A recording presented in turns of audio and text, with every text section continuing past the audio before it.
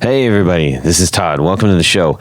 Listen, I wanted to give you a heads up. During this episode, we had to switch providers midstream, mid-interview. We are having some internet difficulties, so you will hear a switch in the audio signal. It does get much better. We appreciate the patience, and we hope you enjoy this episode of the Guitar Knobs podcast. And away we go.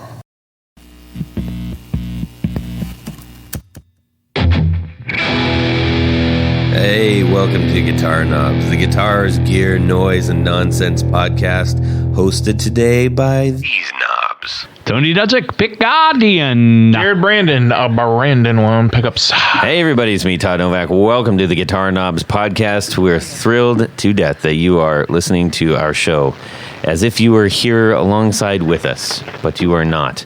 And we've got a great show lined up for you tonight or today or whenever you are listening to this. Tony, what do we do on the show? Normally we like to talk to the builders and the shakers and the movers of gear, specifically boutique gear. Mm-hmm. Occasionally we do 101 episodes where we learn things.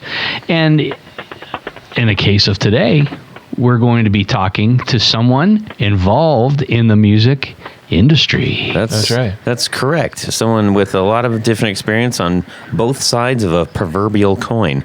Who's on the phone right now? This is Joie Calio of Dada and 7Horse. All right. Dada and 7Horse, two prominent bands out there. Joey, you are a singer-songwriter and all kinds of other stuff. Why don't you just give us your 2-cent resume?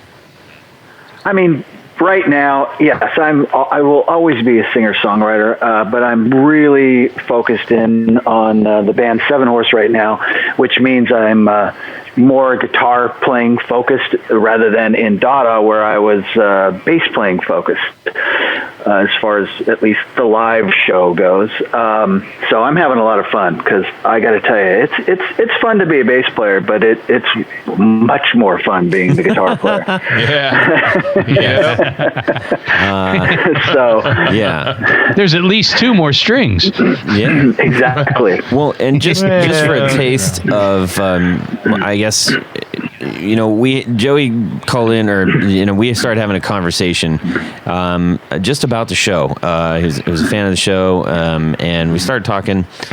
And I started kind of understanding and uncovering a little bit about your experience. And as someone who is trying with my music to do that was important for me to kind of understand. But then we started talking about you as a guitar player, and I thought your story was really interesting, and I thought that other people would really like to hear about it too, because it has to do, and this is going to be somewhat of a primary focus of what we're talking about, is like, how do you get from one level to another? How do you recognize that you need to get to one level another, and what are things that you might do in order to do that? And it isn't just about like learning a new song or a new technique. So, and then, we'll probably dip and dodge into, when I mentioned the other side of the coin, do you mind saying what part of your other professional history was? Well, before I was signed to my first record deal, I worked at Geffen Records for 4.5 years, which basically I never went past being the head of the mailroom, but that was on purpose. I turned down any kind of promotion into the upper echelons of the business, because that's kind of the kiss of death for a musician, really. Once you've left the mailroom, you're no longer magic. You are now just one of the people that wished they were a musician, but they're not good enough, so they've got to be in the business part of the music business. So from there, I went. I signed my first deal with IRS Records, and I was actually offered a job at IRS Records. I don't know if I told you that before, being an A&R man. But I knew not to do that, and at that point, Dada was finally. I'm a lifelong musician, and any musician who is trying to make it or has made it they know that process. And when you really feel like you finally started to get close, you don't want to, I mean, why would you change at that point? You've worked your whole life and you're just about to do something. So I said no, but I kind of passed off the job to a friend of mine, and that ended up working in my favor because he kind of helped fan the flames of the dada, movement over at IRS Records. So Dada made 3 records at IRS, and then IRS went out of business. And the one of the main people over at IRS became I guess he was the head of MCA. He first worked in the publishing company of MCA. He ended up being the president of MCA. This guy named Jay Boberg. And he signed Dada, so that was our first record on MCA. Then that went south. MCA went out of business. And at that point, I was kind of needing to take a break for a few different reasons. So that record, I think it was a good record. I just had it's the first time I had a really kind of bad experience making a record, which is weird because on paper it was amazing. We recorded at the Village Recorders. It's a legendary room in West LA, and we had a big producer, this guy named Danny Korchmar. I mean, he's made gigantic records, and it all seemed like it should have gone well, but for me personally, it didn't. And after that tour, I just realized, I need to take a break, step back, and a lot of things happened in my life. I just had my second kid, and I had a little pile of money in front of me, and I knew if I didn't make a move right then and there, I was either, and by a move I mean move out of LA. I was thinking maybe it's time for a change, get out of LA for a while. I knew if I didn't make the move right then and there, I would just have different motorcycles in about 6 months and no more money. Yeah. So between me and my wife Christina, who also worked at Geffen Records for a long time, she was much higher up the ladder than I was. She worked in international, which is basically all departments. We kind of put everything together and moved to Seattle. And when I did that, an A&R guy at MCA offered me a gig. So I was a kind of basically like a street A&R person up here in Seattle for MCA Records for about 18 months. Well, and at that point, that's when we're going to pick up where you started changing stuff a little bit. Right. Yeah. So we'll get into that a little bit later in the show. Thank you so much for giving us a very good understanding of all right, who are we going to be hearing from here on the show? I'm already, somewhat familiar, but it's a great story. So I think you guys will be, it'll be fun to listen to. And as you can tell, Joey is not short of storytelling capacity. So this will be great. Now, what we don't want to do is get a podcast where we have Dr. Z and Joey speaking at the same time, unless we wanted to go play a round of golf.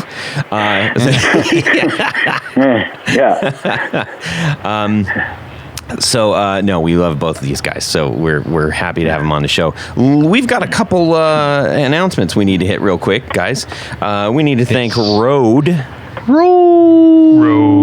for the Rodecaster Pro, this beautiful machine that's capturing the podcast right now, and our Procaster mics, all in different locations right now.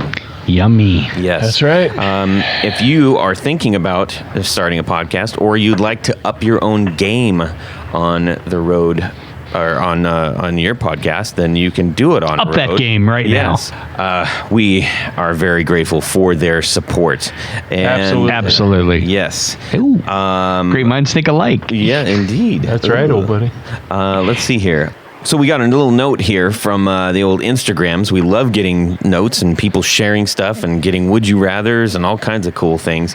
And this was a great note I got. It says, this is from Gary Cooper, not the Gary Cooper. Wow. Which only a few people would even recognize who that is. But a Gary Cooper. Hey, Knobs, I'm a big fan of the podcast and wanted you guys to know the show is greatly appreciated. I've learned a lot from you guys, and moreover, I got the inspiration and motivation to make my hobby a career. I've been building parts casters for a while, progressively getting more ambitious. I'm in the process of making an LLC and building a site. I wanted to be able to offer unfinished bodies and consultation services for DIY builders. I offer custom compiled kits that I can assemble and for a pre-setup and then break down and ship out to customers and complete. All the way to shipping fully built guitars. Anyways, any support and guidance is greatly appreciated, and we love when we get notes about people deciding to say, you know what, I'm going to start building something. We've had a pretty fair number of people actually start building pedals. Like, not like I'm going to build a pedal, but they're like, no, I'm actually going to start building pedals.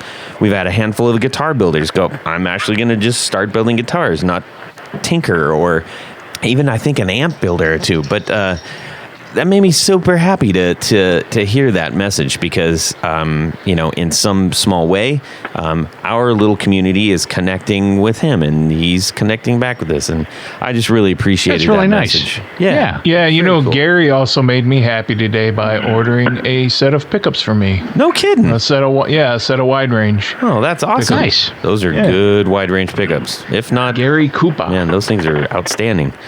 Thanks, Gary. So, anyways, yeah, it was really cool. I was happy to share a message like that. And, if you have a story like that, man, we would love to hear it. And if you're thinking about doing it, for Pete's sakes, we say this all the time, just do it. The worst thing that happens is you're going to mess up. That's the absolute worst thing that's going to happen. That's So do it, because, almost every single builder that we have on here, or a musician or whatever, it had to start somewhere. It didn't automatically just be, well, maybe John Schneider. Drink, but... Drink. anyways, thank you for that. We love hearing the messages. Please send them in. We'd love to read them. So there you go. Guys, let's find out what's going on in the music world this week. Let's hear from Tony first, and then we're going to hear from Joey. Cool. So this week, this is actually kind of a neat thing. I've worked with Joe Naylor and Kenny Haas now, who owns Reverend Guitars, for the longest time. And in fact, I knew Joe from a lot of guitar shows and things where he'd, come out and show off the U.S. models at that time, the legacy models, as I like to call them. And they were blowing out all of their old, they had like extra guards and things because they had switched over to their import line, which is, in my opinion, just as good, if not better, than the U.S. models. So, I think I attracted Joe's and probably Kenny's attention at that time, wondering why I'm buying, like one of each kind of guard. And one of the two contacted me, and I said, yeah, I just want to have those on file so that I can offer pick guards. And so that's one of the first portions of the website that I developed. I dedicated to those legacy models, Reverend Guitars US ones. So Kenny and I have been going back and forth via email over the last couple of weeks or so, and he says, look, we get all these calls all the time, and we send people your way, and what would you say if I just sent you a bunch of these guards? You can go ahead and just template them. And basically, they've got enough other things on their plate that they don't need to mess with. They're going to just basically refer people on to me for their newer models. So he's basically we're gonna hammer out some of the details and things like that. But what's really cool is, I have other companies like that I work with, like Rickenbacker and even Fender and Gibson, and they don't. It's funny, these bigger companies don't have time to really focus in on the onesie twosie things like I do. Yeah. So that's easier for them just to say, give Tony a call or shoot him an email, he'll take care of you. So that's really how I've built built my business. And so I'm really excited about that, because I've been a big Reverend guitar fan since, like I said, since the 80s or 90s, I guess, is when they first started. And it's just it makes me feel good about what I'm doing when I have companies like that offering referrals. So there you go. That's my week. Awesome. Congratulations. That's the exciting part of this week. Okay, Joey, what's going on in your music world, then? I just had a fantasy week, basically, putting together my newest pedal board. It is. I'm kind of sad it's over. I want to do it again. Basically, I had, I don't know, I had a loosey-goosey pedal board. It was okay. It was fine for me, but it had some wires kind of hanging out and whatnot. And at the last show we played, 7Horse played, was at the Troubadour, which I just heard might be going out of business. Really? Yeah. Oh man. So they have a GoFundMe page. Let's put it that way. But I had a disastrous night because I think some wires got touched. Somebody must have I saw my pedal board in distress right before the show and kind of panicked and thought everything was okay for the first 3 songs. It was, and then it went down. So after that show, I just realized, you know what, Joey, you need to it's time to put together the pedal board. And I've always wanted one of those Schmidt Array pedal boards. So I called them up, or I guess I didn't call them. I sent an email and just said, hey, this is who I am. I tried to get an artist deal, and the guy cut me a break. It was great. This guy named Martin over there is a really good guy. And I got a 450 is the size. Not too big, not too small. And man, that thing, it's just so beautiful. I mean, it's just one of those things where if you're into anything, guitars, cars, motorcycles, you just know the difference between something that's like made pretty well and made unbelievably well, and that's what this was. It's like a Rolls Royce. So I've been just putting that together, and it was super, super, super fun. I used 3 Monkey solderless connectors, which I heard of on your show. Hey, right on. Those things are great, man. Yeah. Todd, what was that? What kind of connections were those? Really good dudes over there. The 3 Monkeys solderless.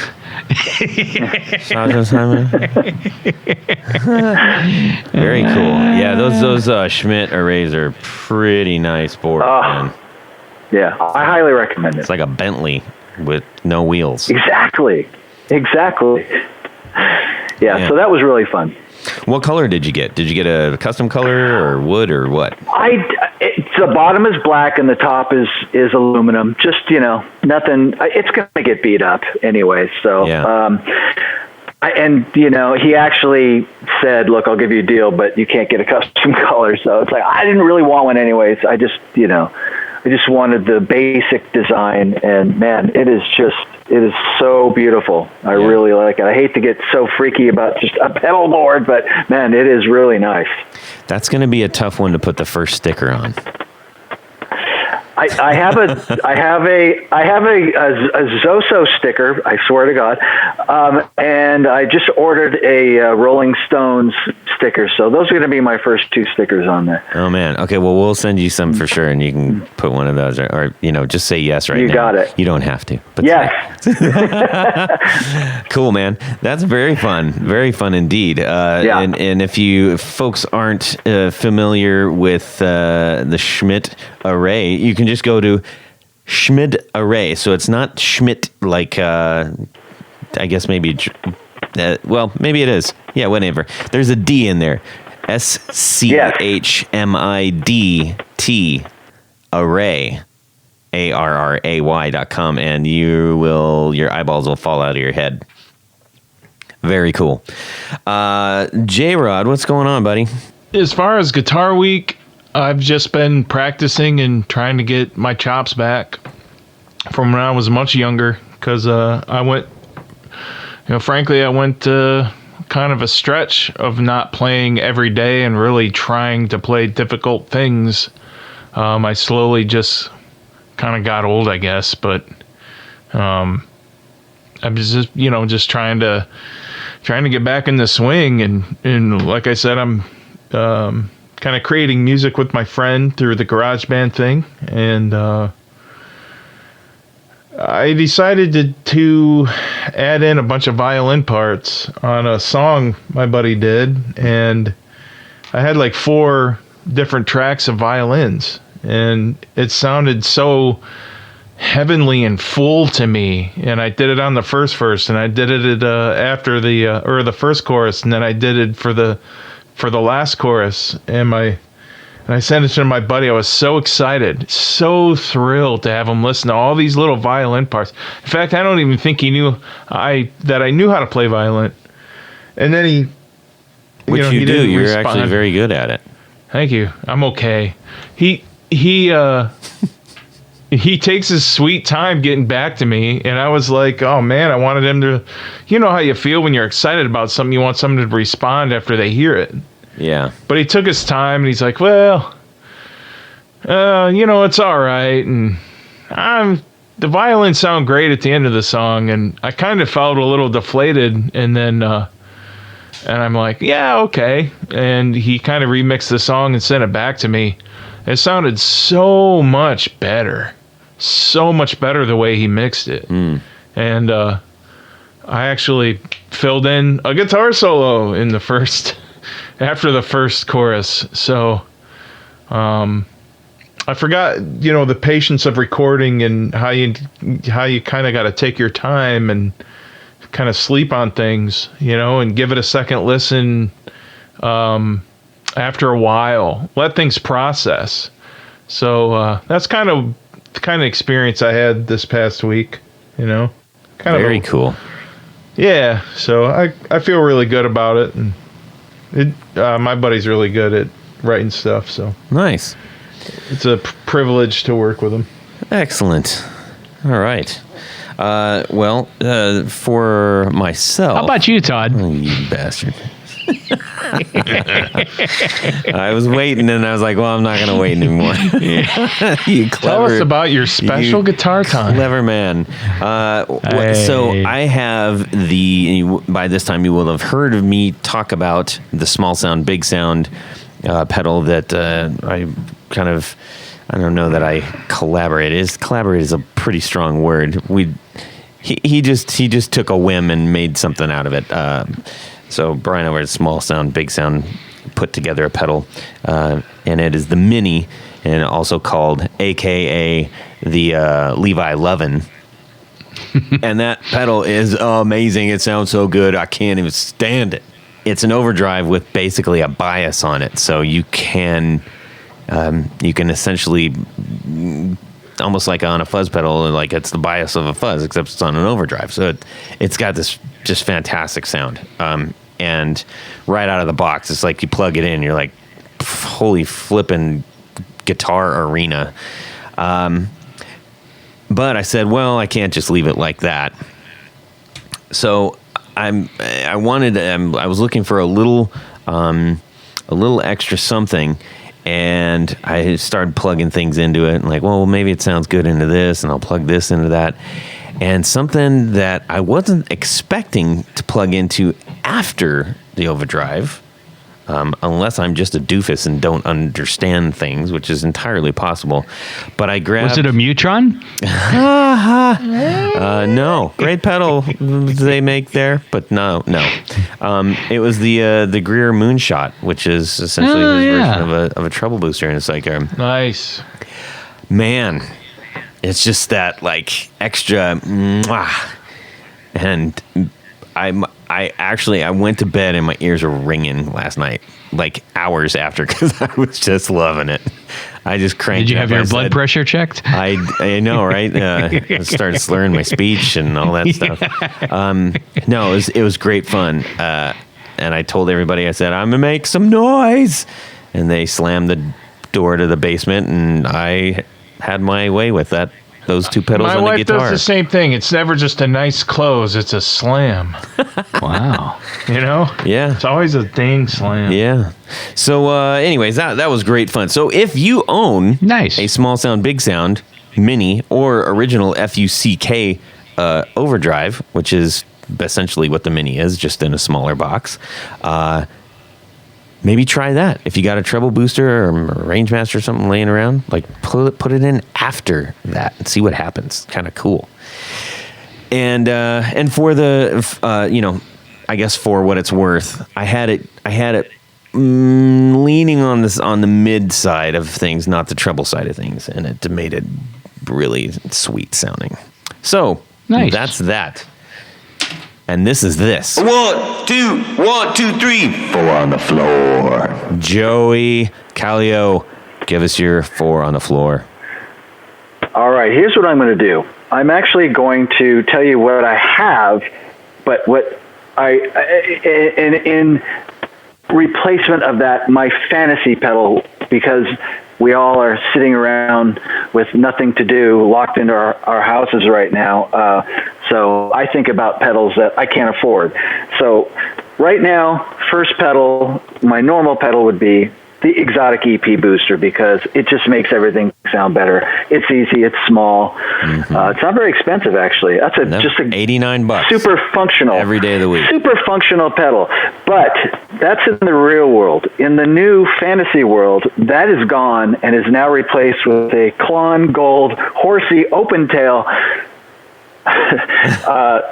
overdrive, because I want one. And so that's going to be my first pedal in the chain. It's a clean boost. I guess I'm the kind of guy that likes to stack things live. Me too. And it's totally different live. Pedals are. I have a pile of pedals that are for the studio, and then a pile of pedals that are for live. And for live, for me, it works best to have a couple that I can stack, and then maybe one that has a certain flavor that you just shoot out to blow everybody's mind. But anyway, so the first pedal is the clean boost. It's, I play a lot of slide on a Gretsch, and I need that clean boost just out of the gate to get going. And I would love to look down at my feet and to see a gold Klon Centaur open horsey tail staring back at me. I would love it. All right, so that's my first pedal. Before you go on to your second, I got to ask, because Tony and I have talked about this a little bit before, but like my EP booster, I actually have after all of my drives. Right, I heard you talking about that. And I don't turn the knob level at all. It's just on. On is like amazing. I never turn it. And I was just on it. What? Like where do you have the dial set? Yeah. It's all the way down. I don't even have it up at all. Oh. Got it.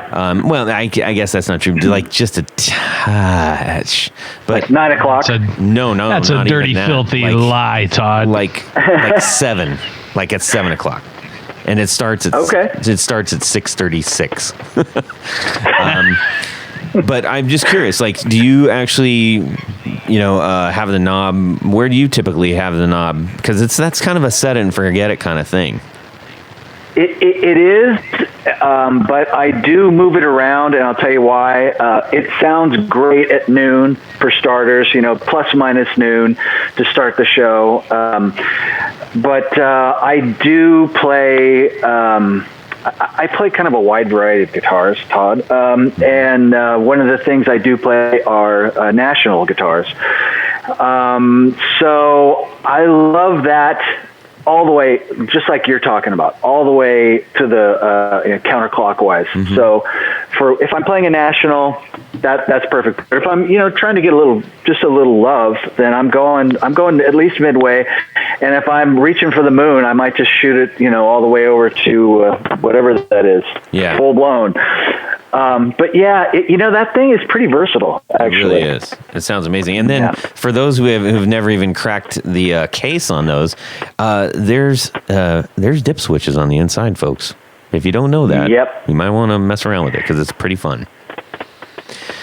Okay, so anyways, that's not the Klon Centaur, horsey open tail. So let's go to number 2. Number 2, I would, if I'm only going to have 4, in real world, I'd probably use my Thorpe FX Heavy Water, which is a great pedal, by the way. It's a smaller version of the Dane. The Dane is a kind of a bigger footprint. This is more of a, this thing would hurt somebody if you threw it, by the way. It's just this tank of a pedal. But that's the real world. In my fantasy world, I'm going to go for number 2, would be a Shins Music Dumbleoid Boost Special. That's Shins, SHIN''S. They're a Japanese company, and their stuff is, I do have a Shins pedal, but not that Dumbleoid pedal. It's a pricey little unit. Mm-hmm. And it first off, it looks cool as hell. So again, it's looking back at me, and I'm looking down at that right next to the Klon Centaur going, how could this be? How could my life be so prosperous and fantastic on one simple pedal board? Anyways, that's kind of where if I'm just going to have 4 pedals, I need that pedal to be able to get me all the way, face melting, if I need to. Oh, all right. Number 3, Joey, go for it. All right. Normally 3 is the beginning of the delay slot. So normally I would use my Strymon El Capistan, great pedal. But since we're going crazy, and that's what this is all about, going crazy, I'm going for a full tone tube tape echo, because I've always wanted one. Oh. But they're very expensive. But again, what a lovely piece of gear. It's just like an old Echoplex. They're so sweet. Nice. Full tone makes solid stuff. There's no doubt about it. Yeah. I don't know if I've ever actually seen one of those in person. You see guys using it just for slap. Huh, interesting. I'll have to keep my eyeballs out for that. Yeah, it's sweet. So what is it about it that's so sweet? It's just, first off, it's a real tape echo machine. It's tube driven. It's basically like an old Echoplex. I guess Echoplex, there's a solid state version and the non-solid state version. This would be the non-solid state version. I think that's correct. That is correct. Awesome. But pick any prize from the back wall. I will say, I'm going to say it again. They are so good looking. They're just a gorgeous piece of machinery. I mean, they're white and they've got these handles, and they even look better than an old Echoplex. But it's just a solid piece of gear, and it's all warm tube goodness. But I think they're like $1,600. So it's like, no. Wow. Yeah. Holy moly. Okay. Number 4. Number four in the real world would be a Strymon Flint, because that's where I'm going to have my reverb and my tremolo.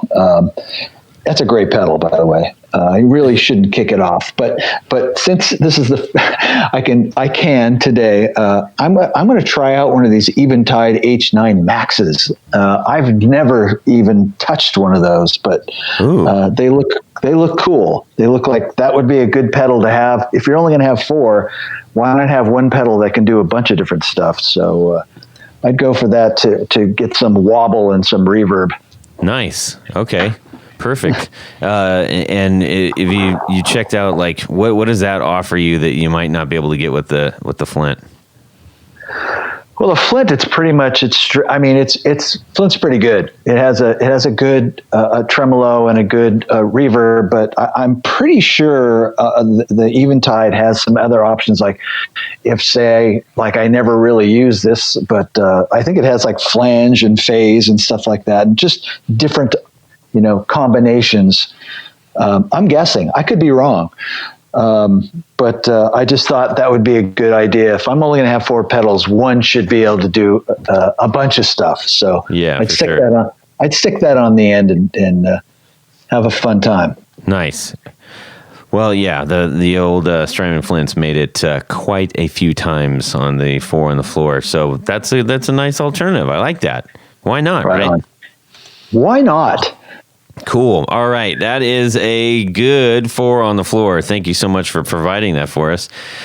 Before we go into the interview portion of our daydream here, we want to give a big fat thank you to John Findle at Relay Recording. John is he's a producer. He's a recording engineer, a mixer, a masterer of audio, and he loves guitar. So he's going to pay real good attention to your tone. If you're getting ready to record, if you are thinking about having somebody else take a gander at your mix to master all those things, he's a very good resource to do that.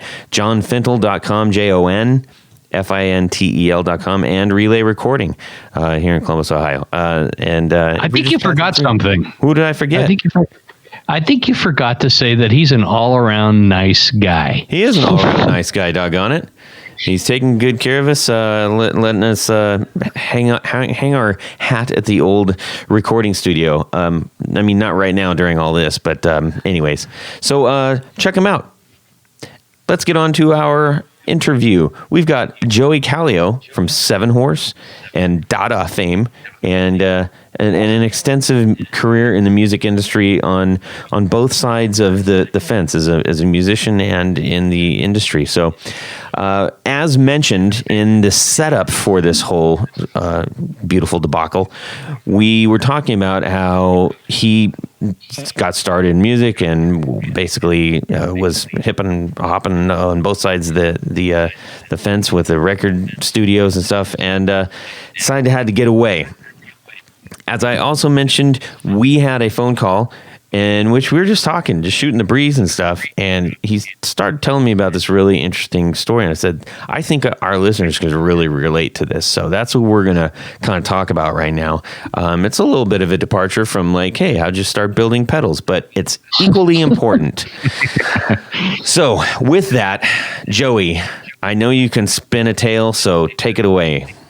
All right. I'll try not to go too crazy, but basically, I reached a point where I needed a break from the band Dada, and just in life in general. I'd lived in LA for a while. I moved there from the Bay Area when I was a kid, and it was just a lot of things all at once. I kind of had it. It was too hot, I don't want to start complaining, but I had to get out. I had to take a break. So I kind of felt like too. I had to do it. I kind of felt like one of the things I needed to do at that point in my career, after making 4 records with Dada, was to do something on my own musically. So I wanted to do a solo record. And I was fortunate enough to have some circumstances come my way, and I ended up making a record that I really, I'm just going to be honest, even with myself, I luxuriated in that process, possibly too much. I probably could have got a lot more done if I would have put some time limits on myself, but I didn't. I learned a lot. It was a fun process, but when it was all over, I kind of felt like, if I'm going to do anything more on as a solo artist, I've got to up my game musically, because I was kind of, I never really took guitar lessons when I was younger. I was more of a bass player first, guitar player second, and then as I became more involved in songwriting, I could play guitar, I could strum, I knew some chords, but in the band Dada, there's just a smoking hot guitar player. Mike Gurley is an incredible guitar player. So I just needed to be good enough to write songs with the guy. And I was, so that was fine. But after I'm making this first solo record, it was like, okay, I've played every chord I know. I mean, I can kind of rearrange them and do some cool stuff, but I need to find another place to go musically, So I kind of thought, what would be, something that would take me to the next level. And I instantly, the first thing came to my mind is I really wanted to learn how to finger pick, finger style guitar playing. And so it's like, how do you do that? And this was right before the internet was, blowing up. It was there, but it was not like it is now. It wasn't YouTube mania, which makes it a lot easier to learn stuff.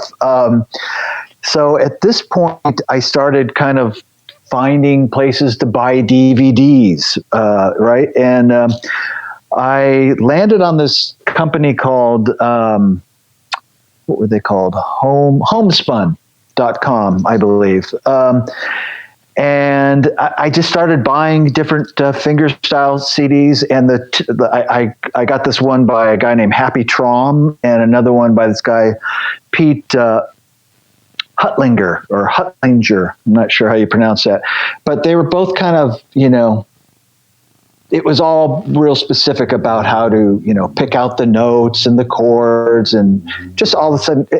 Also, I kind of wanted to start leaning towards country blues style playing, and that was those were. I think I got a lot of DVDs at the time. I was just going nuts, but those two kind of stuck. So that was my first kind of jump. I made the first leap. It's like, oh, I can do this. And after about 6 months of that was cool.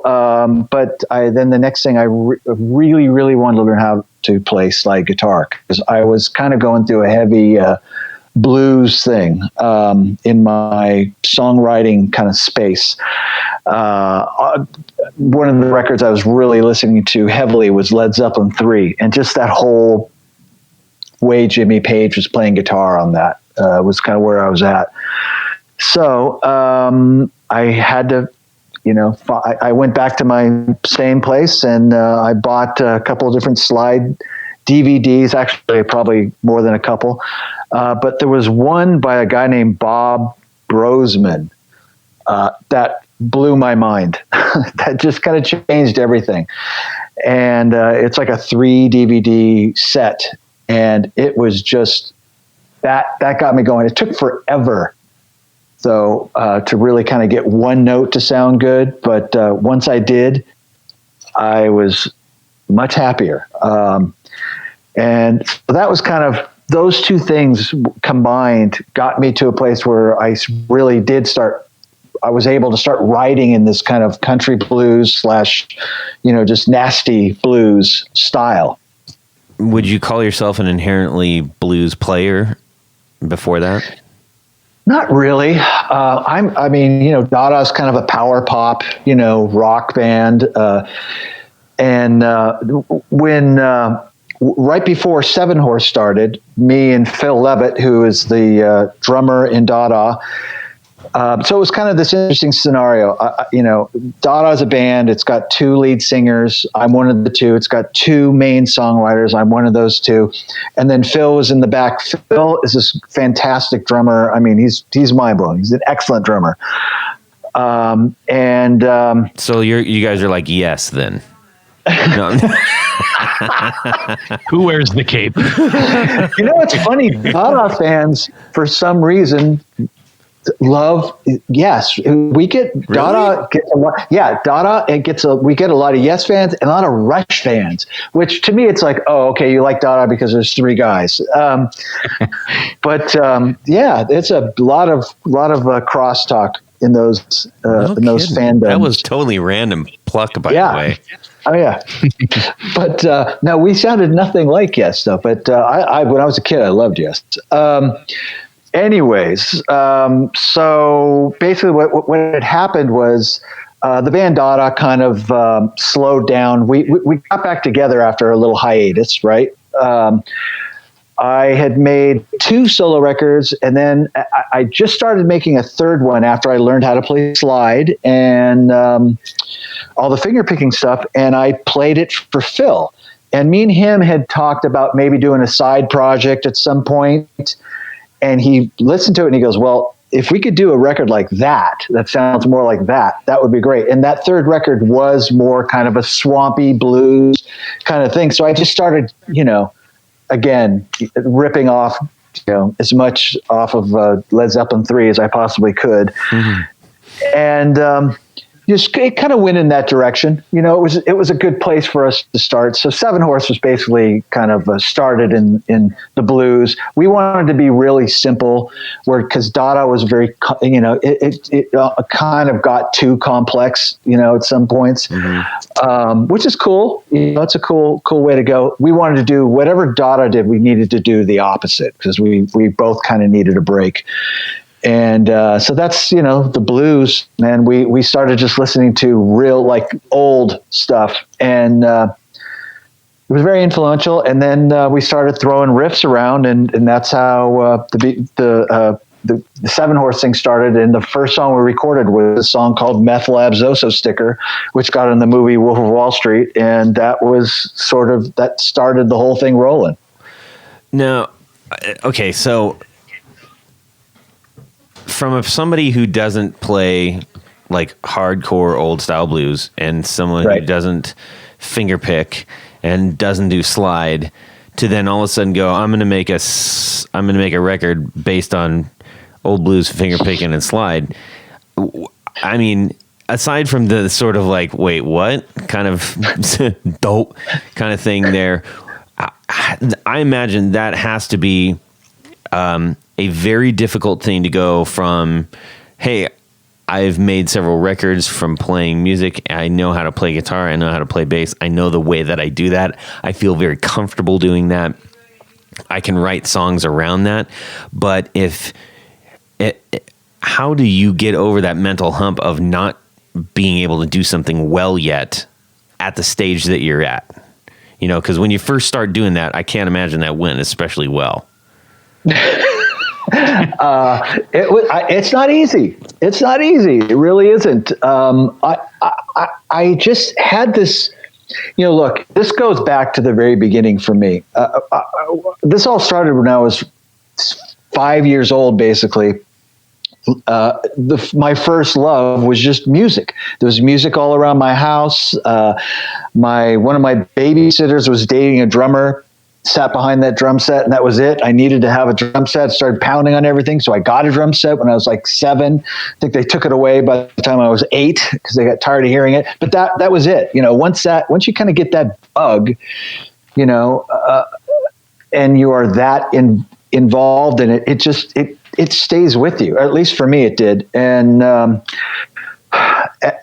all through my teenage years, I was just a massive music fan. I mean, I went to concerts. I was super lucky to have older people around me that would take me to concerts. I grew up in the Bay Area, and it was pretty cheap to get in back then. And I would just see every band that came through. I had I was pretty eclectic in the kind of music I got into. Like were you referencing Yes? I mean, Yes, Genesis, all the prog rock, heavy prog rock, but all the way from there to heavy, Zeppelin, and of course Beatles and Stones and,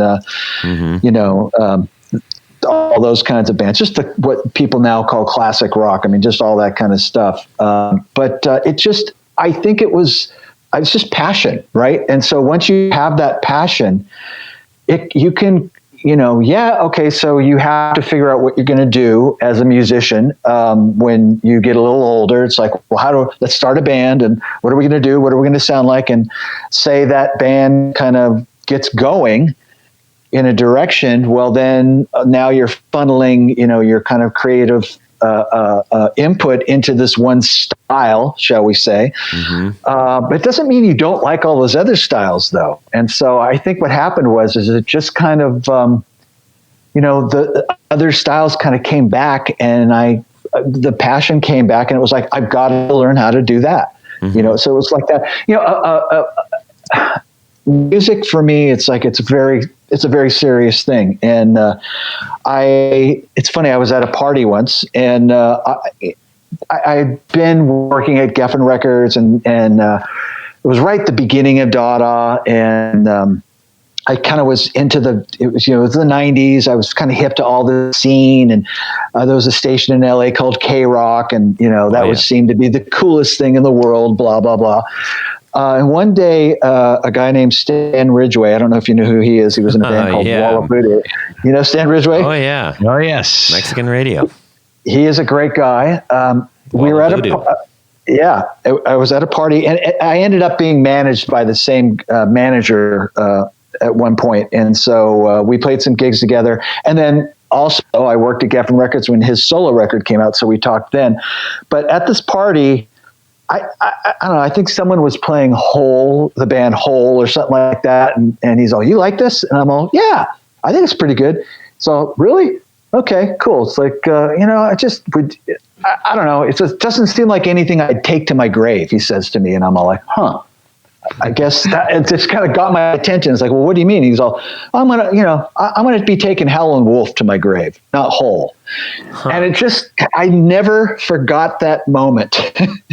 It was so pure. It was so like Howlin' Wolf, it's like, I knew who Howlin' Wolf was. I probably at one point had a greatest hits of blues or something like that. But I think that kind of kicked me in the butt to kind of get more into roots music. And that started that. And I kind of get what he's saying. And that's not a shot at Hole or anything like that.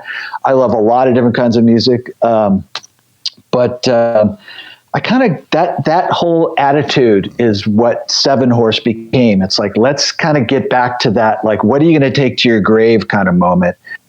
And, the blues is there for me, big time, classic blues, but so is Led Zeppelin. Yeah. So it's kind of a combo of those things. I mean, there's a whole world of secrets in the way that you get those sounds, and you get things that are like, oh, what's that? These intangible kind of things that you can hear in the greats that do that kind of thing. Right. When you started going down this path as opposed to like playing, power chords or, just regular fiddly bits, what were some of the things that you encountered as a guitar player that you said, oh, this is pushing me to the next level, or, oh, this is, if I can figure this out, then I'll have that sound that Jimmy has when he does this particular spot in this particular song or something like that. You know what I mean? It actually is just like what you just said. Oh, perfect. It's what happens is, for me, okay, I'm a guitar player, but I wasn't like a great guitar player, and I'm not a great guitar player now. I'm an okay guitar player, but I'm a better guitar player than I was. I was in a band with a guy who is just a ridiculous guitar player. I mean, he's got gears that most people don't have. They can't go to. He's just that guy, right?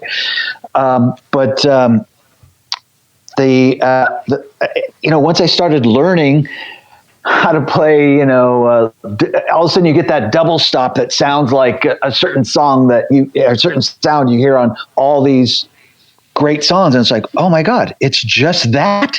Yeah. It's just those two notes. It gives you that sound. I love that sound. And then you just start rolling them together. You start there. And, when I started learning how, to play, a lot of drone notes, and the thing with 7Horse, we started, one of the things we did, it was just us two. So we didn't have a bass player or any other backup. And we kind of started doing that live at first. So for me to fill up the space, which was that was kind of like light yourself on fire and go, it was one of those things, because I learned a lot really fast. But one of the greatest technique things for me that I learned to do was drone a lot. So a lot of open tunings really helps. I play slide and open tunings, by the way. I'm not one of these guys that can do it in just standard tuning very well, at least. And that kind of stuff really helps. But it is like a building thing. You learn one thing and then another thing happens, and then then all of a sudden you're buying you got a stack of DVDs. That's how it was for me. And now I'm just all over, YouTube, just stealing stuff from people. But I've kind of always had a good ear. Even when I was a kid, I would pick stuff up off of, I could play, I'd learn bass lines right off the record kind of deal. And so it's just all that kind of all those years of that kind of stuff was in my back pocket, when I started going after this stuff. The drone stuff is interesting. That was something that I think I probably locked into really early on, not from a blues or a slide thing. It's just, I loved the way Billy Duffy from The Cult played guitar. Like I learned how to play guitar thanks to Billy Duffy. He's great.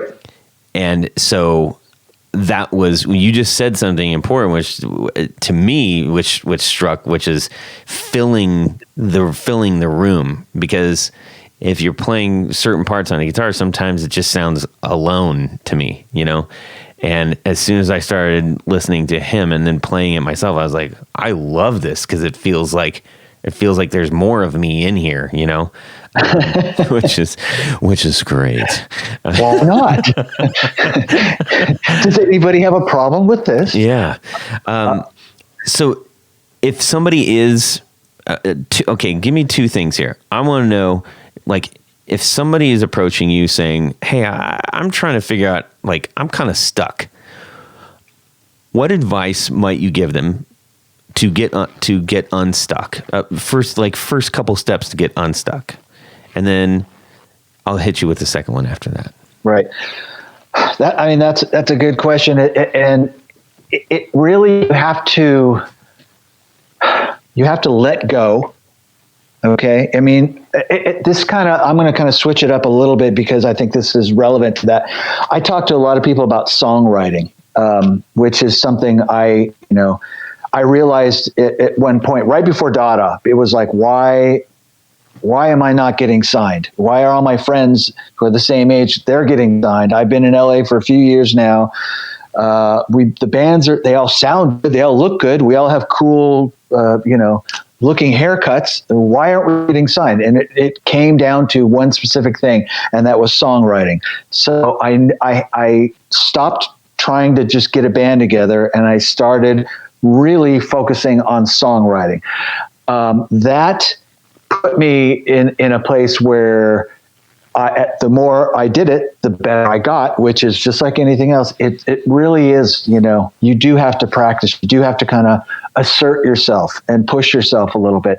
But what happens is a great thing starts happening. You start becoming more open, and start letting things come to you, instead of you getting all frustrated and feeling like you're trying to get to it.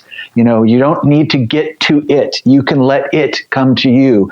And the more you relax and just, kind of free your mind a little bit and not get to, don't paint yourself in a box. It's really important, I think, to kind of just look around, and maybe try something different. And if it doesn't work out, fine, but don't make it such a big deal. But yeah, it's a lot about, kind of letting go of kind of the math of it all, mm-hmm. and just let some things open up and let some things kind of come to you. And I think that's a big songwriting approach for sure. But I think on a guitar playing level, if you just kind of relax, what the other thing is too, I kind of feel like the obvious thing is, go take a lesson, or go to YouTube and get a lesson, or go to one of these, places you can sign up, like True Fire or whatever, and start taking lessons, but don't, just because the first or the second or the third lesson didn't really, do it for you, go for the fourth, fifth, and sixth, because, once you find that one lesson, that shows you that one thing, you don't need to learn everything off the lesson. It could just be one or two things that, like, a switch goes off. It's like, oh my God, I've always wanted to know how that happens. Mm-hmm. And that gets you to the next level right there. Yeah. I don't know if that answered your question. No, that's a great way to start that. Okay, so let's see here. Second part two is, now that, you mentioned finger picking and double stopping and all that kind of stuff. And that is something that I'm not especially good at. but when I hear it, there are certain aspects I'm like, oh man, it'd be really cool to be able to do that. I would like to do that. I'd like to expand my abilities and my repertoire, even though that isn't something that I would necessarily go on stage and play. I think being more well-rounded and well-versed is helpful. When you started to do this, coming from like, power chords and all that stuff, what were some of the things that you were doing or you found in inspiration or from instruction that made me that you were like, oh, that's how you do that thing? Was there any like aha moments that you found? There's basically every hour there was an aha moment. It really comes down to you need to put yourself on a path to kind of let go of all your worries. Let go of, if you don't think you can do something or you're not good enough or you just think it's all too much, and start with one thing at a time. Like, for me, it was like, okay, I wanted to learn finger picking and then I wanted to learn how to play slide. But when I started watching these videos, at first they seem very like, oh my God, you see the intro, it's like, oh, this is going to take forever. But once you get kind of one thing, that changes everything. I mean, literally one thing, just whatever that is. It's a certain sound that you've heard before, or you saw the guy on the DVD play a riff that you've always wanted to do. Take it down to the most basic and simplest thing. It doesn't have to be hard. You just learn that thing and keep going. It's really like that. It's about letting go. And this is, I talked to a lot of people about songwriting, and when I made a big move in my life when I was younger, right before Dada started, there was this situation where I'm in LA, people are getting signed.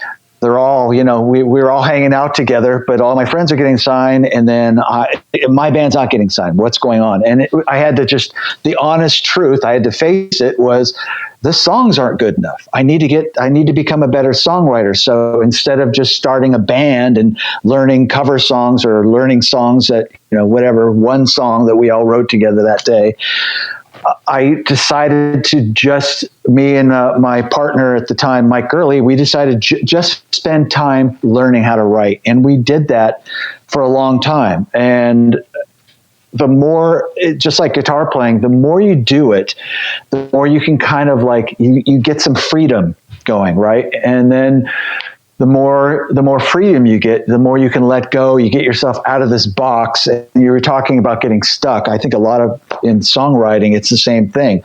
A lot of people get stuck. And a lot of it is, instead of trying so hard to get to a place, you're trying to get to a place, you just have to let go, and it's going to come to you. It will come to you if you keep working at it and allow yourself to, make some mistakes.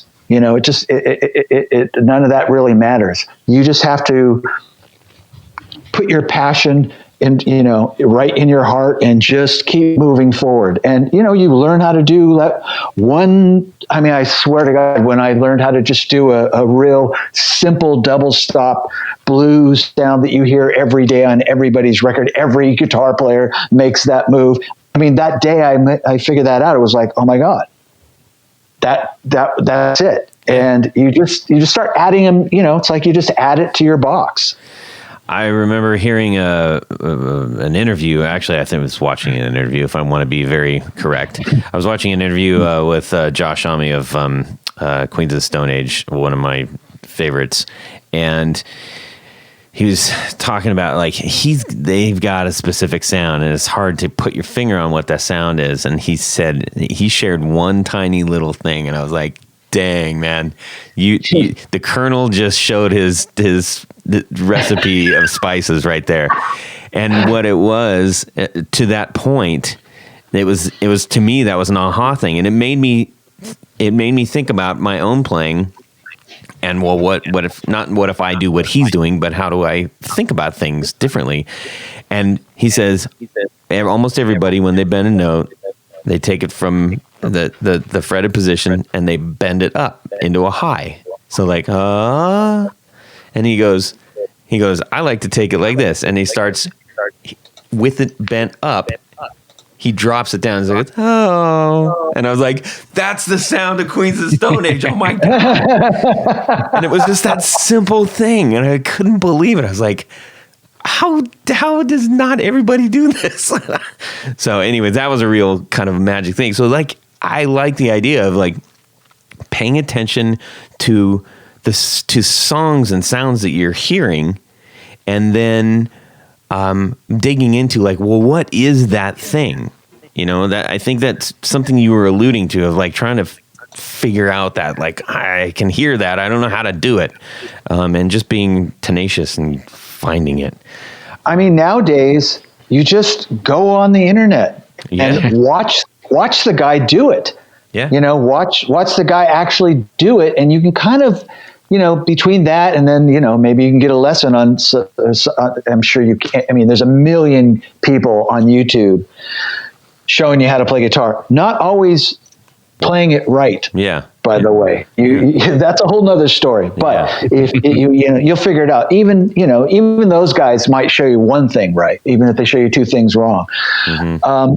It's really about not getting frustrated and not getting locked into any kind of rules, or don't listen to anything that anybody ever told you about, you know, how to do or what you can and can't do. I mean, I remember when I was really young, a kid told me that my hands were not the right size to play guitar. Why are you doing that? And it's like, what?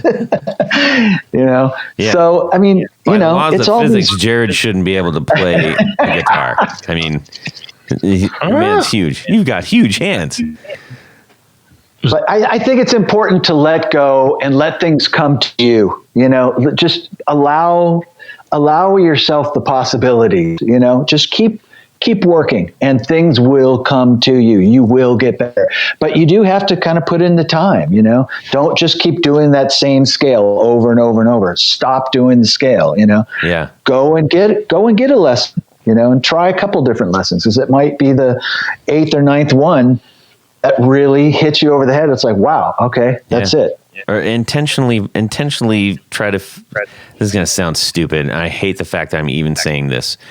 Intentionally try to fail, and I don't mean intentionally try to play bad, but you just hit something that I know I fall into. I know that any of us who know each other as guitar players, you know, friends, we know, like, if they pick up a guitar, we go, oh, I know what they're going to play. I know that after they play that, they're going to play this, you know. What am I going to play, Todd? Well, we do, and that's also kind of the fun part. Like if we go, you know, on a trip or something, but what that comfort zone feels good, but it feels even better when you are able to break that, take a few bumps, but then come out on the other side better than you were before. And the more you do that, the better you get at doing that, at letting go. I mean, what guy, when you see someone just blowing your mind playing guitar, either in person or you're watching something on YouTube, it's never a guy who's doing that. He's doing the thing at, or guy or girl who's doing that thing every night. That's not the thing that blows you away. The thing that blows you away is watching somebody let go. Yeah. That's the thing. You can do it. You can be that person. You can let go too. It's just, you have to start letting go. You know what I mean? You have to let go. Just like you said, don't be afraid to make a fool of yourself, kind of, you know, that's part of it. Yeah, absolutely. Man, this has been super fun. I've really enjoyed talking with you, Joey, and I hope that everybody else out there has as well. I know I made a comment off air. I'm like, Jared, are you still there? He's like, man, I'm just loving this conversation. Sorry. It's just listening. Right on. All right, guys. We didn't even get a chance to talk about gear. Well, not much, but that's okay. You know, I think we got some gearish kind of things. Gearish. No, I mean, I thought the songwriting tips were great too. I mean, that's something I've always had a really hard time doing. In fact, I haven't tried to write a song since I was younger, you know. Yeah. I might try it again. I don't know. So much younger than today. Yeah, I should. Well, dudes, I think we got some. I think we've got a would you rather we need to get to. Yes, I think we do. Jared, Ladies and gentlemen, we have come to the part of the show where it's time for me to sing Would You Rather? oh my, Nice extended version. Those are the best. yeah, I think he let himself go. yeah, I did. he did. So, because of that, we've been talking a lot about finger picking tonight. If Yeah, you had we a kinda have, time huh? machine, if you had a time machine, would you rather go back and take a lesson from Chet Atkins or the man himself, Les Paul? Great question. Great question. That's a good would you rather. Yeah. Because at first I was like, oh, yeah, duh. And then I was like, no. And then I was like, well, what? Of course. What? I did all those things in my head. Every which way at once. Yes. So, Tony Baloney, let's hear from you first. Okay, so one of my all-time favorite instrumental albums is Chester and Lester. I think it came out like the mid-'70s. And it's so fun to hear these two guys just kind of play off each other. And you know, one of the interesting things about Les Paul is if you listen to some of the old Les Paul and Mary Ford recordings, she is keeping up. Mary Ford was one hell of a guitar player, and she's keeping up and repeating licks that Les Paul is doing. So, I mean, both of those were great. But Chet Atkins it had just, I mean, the whole finger picking genre, or whatever you want to call it. I mean, the stuff that he was pulling off was just over the top. So, but this is a tough. Yeah, this is a Mr. tough Sandman, question. give me a break. Like, how many times can you watch that on repeat? It's crazy.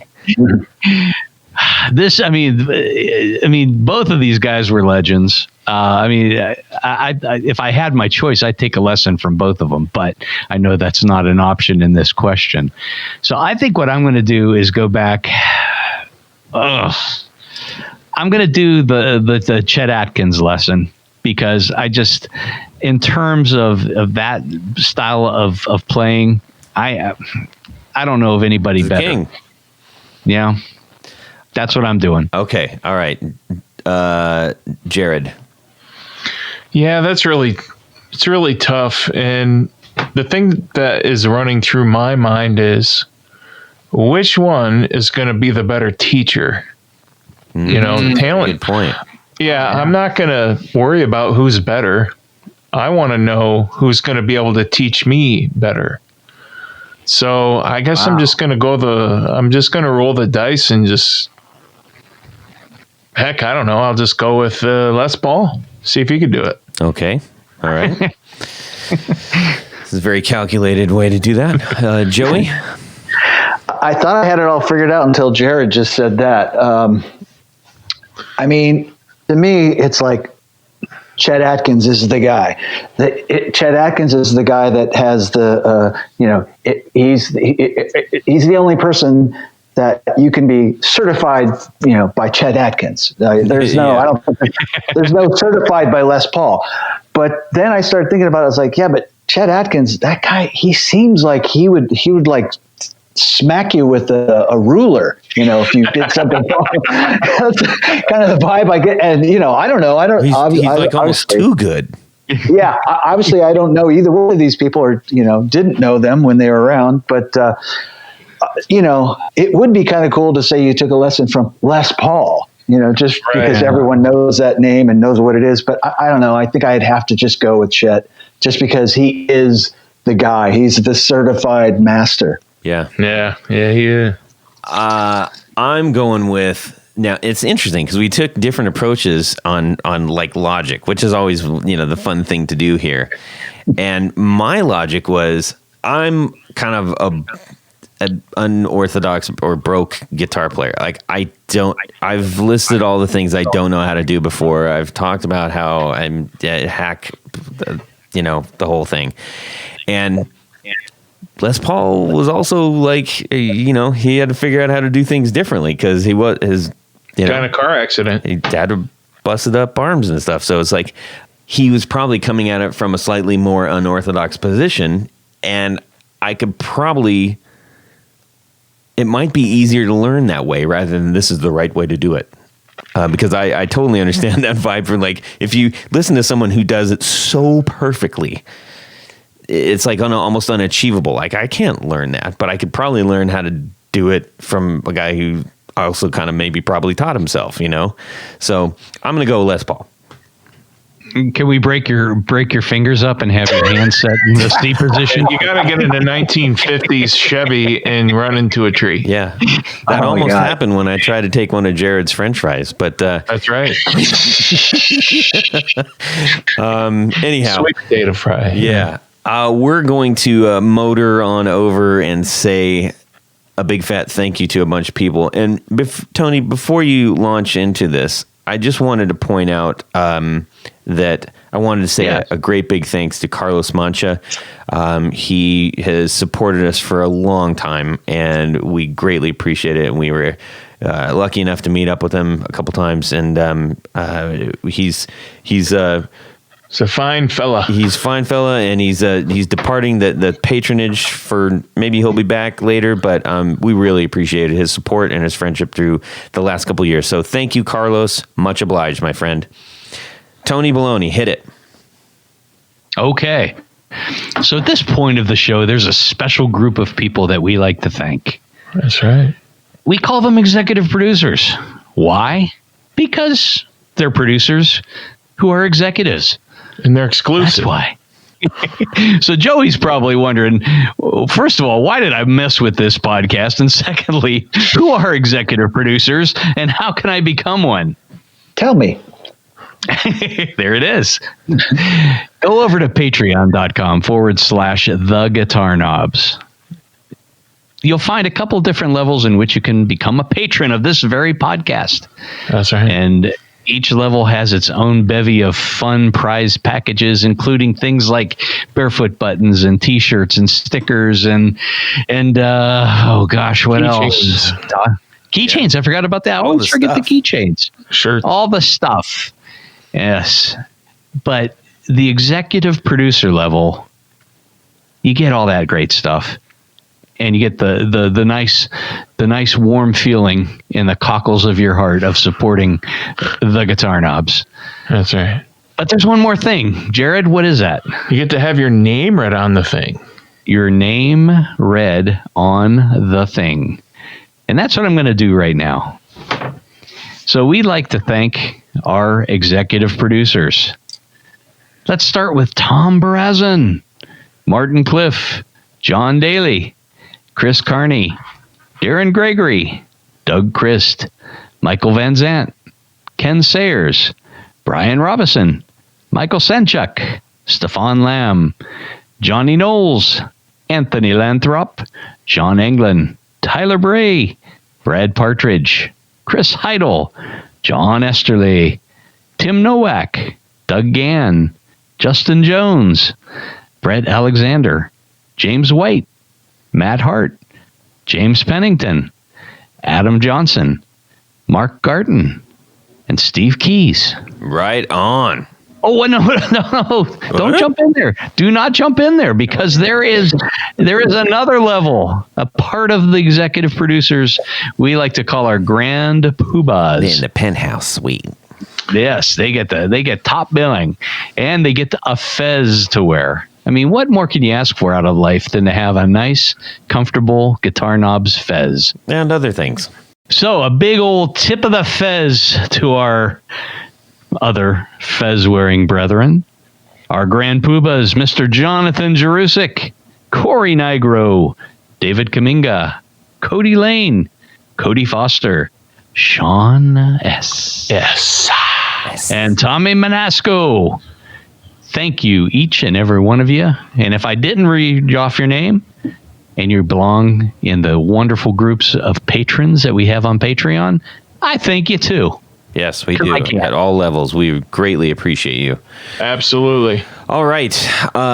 Joie Calio, where can people maybe hear some of your stuff? Well, basically, you can hear it on Spotify.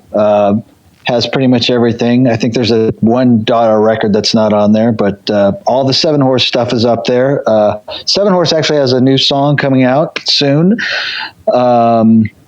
And we have a Facebook and an Instagram, and you can also just go right to me on Facebook and Instagram and Twitter if you'd like to hit me up with anything. Perfect. All right.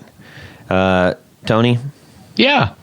Well, let's just say you need something special, a special pick guard. Go over to pickguardian.com and check out the stuff that I got. If you need, and a lot of times this stuff is all one-off, two-off things. So just shoot me an email. Let me know what you need, what you're thinking in terms of material. I will take care of you and make it happen. Yep. If you want to see some of the projects we talk about from time to time, go to my Instagram page, which is pickguardian and the number 1. You do the one with the flower on it too. The what? Paperback. The pick guard with the flower on it. The guard with the flower on it? Oh, come on, man. The gold leaf flower? Oh! You made me ruin. You made me sound like an ass. Well, I guess I just sound like an ass anyway. Yeah, I make the one with I make the one with the flower on it.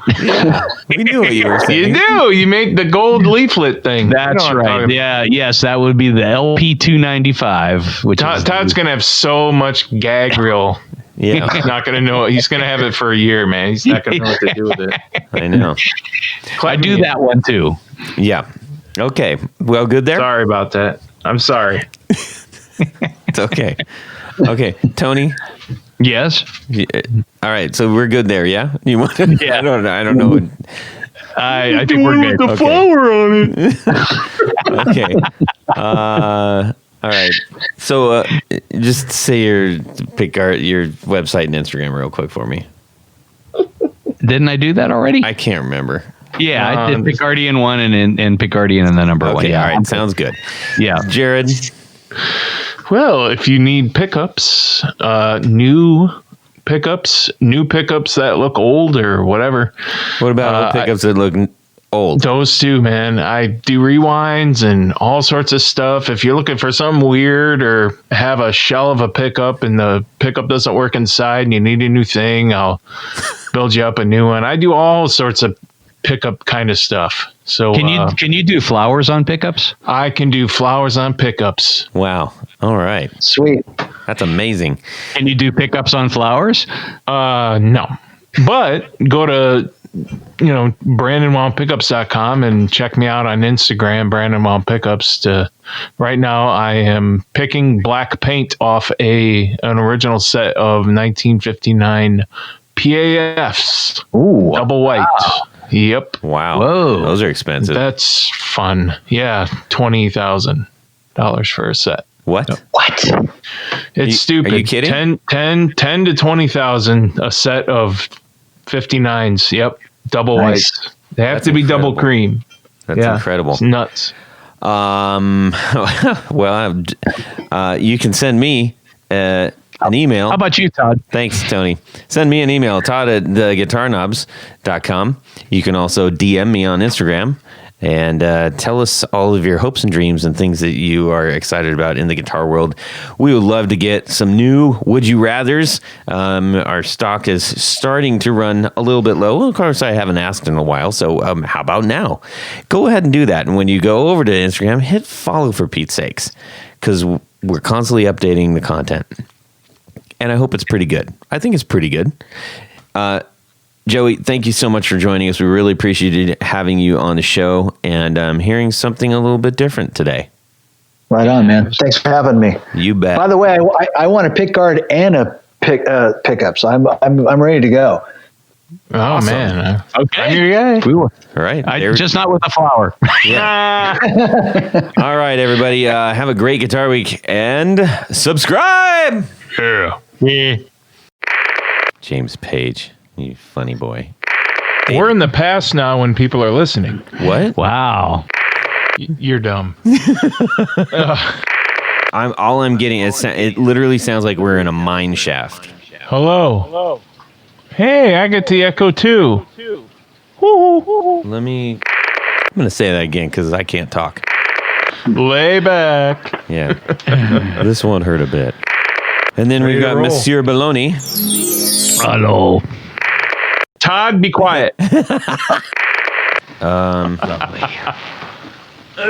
I don't know how this went all sideways real quick here. Joey, I must kill you. Yeah. Tony. Yes. Well, that's it for these knobs. Please visit our Patreon page at patreon.com/The Guitar Knobs. Visit our website at theguitarknobs.com for all of our past episodes, 4 on the Floor blog, and other good stuff. You can connect with us on social too at our Facebook page and share your gear and stories on our Facebook group. Also, be sure to check out our Instagram at Guitar Knobs. Catch you next time.